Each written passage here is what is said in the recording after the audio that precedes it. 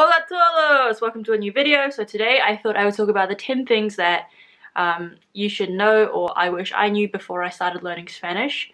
So number one is that Spanish is incredibly widely spoken. Obviously we all know Spanish is spoken in Spain and parts of South America, Central America, but actually it's a very popular language in many countries in the world, such as the United States of America, even in like parts of Asia, Africa, and like Australia. There's a lot of immigration, so there's a lot of Spanish speakers in those countries as well. So the kind of next point coming on with that is the various different accents. Spanish is a very diverse language.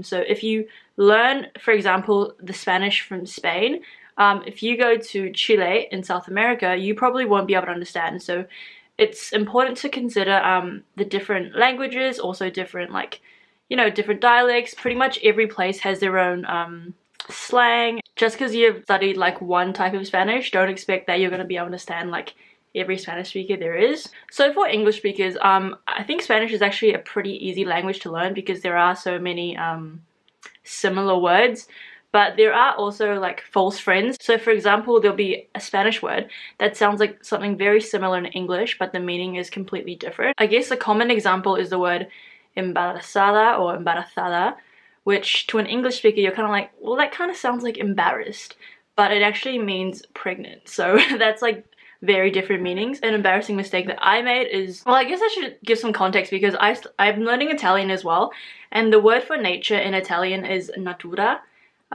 which sounds similar to nature in English. So like in my mind, that should be the same in Spanish, right? Natura.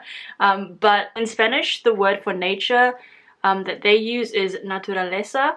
So the word natura has very different connotations. Just be careful when you're trying to translate words directly, because a lot of the time things will seem similar but the meaning will actually be completely different. The next point is to do with pronunciation, and that's the letter R or R. So I know for English speakers, like especially people from the US, it can be very difficult because we're not used to making that sound. When it comes to rolling the R's, I think it just comes with time, and like for me at first I was really bad, like I just couldn't do it at all, but now kind of with years of listening to Italian and listening to Spanish and just practicing, I feel like it's something that comes with time.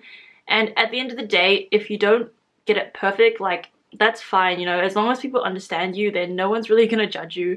Like if you're learning a new language, if you can't pronounce everything perfectly. Another point is conjugating verbs. So again, from the point of view of an English speaker, verb conjugations are just like one of the hardest things when it comes to learning Spanish, because obviously we're just so used to saying like I ate, he ate, she ate, like it's just the same verb for everything. But with Spanish, pretty much that verb changes depending on like if you're referring to like I did something or you did something or he did something. It changes all the time. So I don't really have any pro tips for learning this. It just comes down to practice. So yeah, you just gotta put in that time and study. Another point is gender. So I feel like in English we don't really have genders for like inanimate objects, or like words don't really have a gender, but in Spanish and a lot of like the Romance languages, gender is very important. So if you are talking about a female,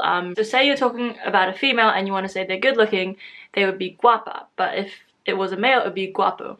So yeah, just make sure that you're getting your genders right. And it is definitely really tricky because some words that you would think are female, but then the adjective to describe them or the article that goes in front is actually masculine. So yeah, it's really difficult, and it's definitely something that takes a lot of time and practice to master. Another important point to do with pronunciation is the various letters and accents.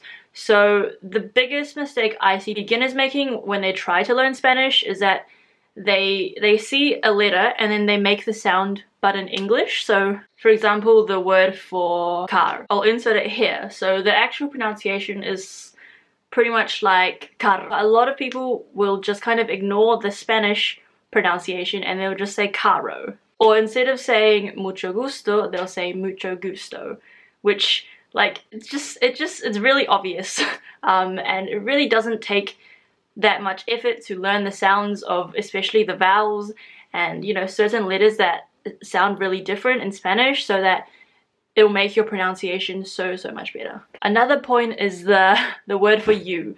So this definitely still trips me up sometimes, but basically in English we pretty much just have one form, and it's just the word you. You use it with your friends, your family, your boss, your teacher, like, you know, you. Whereas in Spanish, every country pretty much has their own rules. So in Spain, it's very common to refer to your friends as vosotros, whereas in Mexico, like, they pretty much only use ustedes.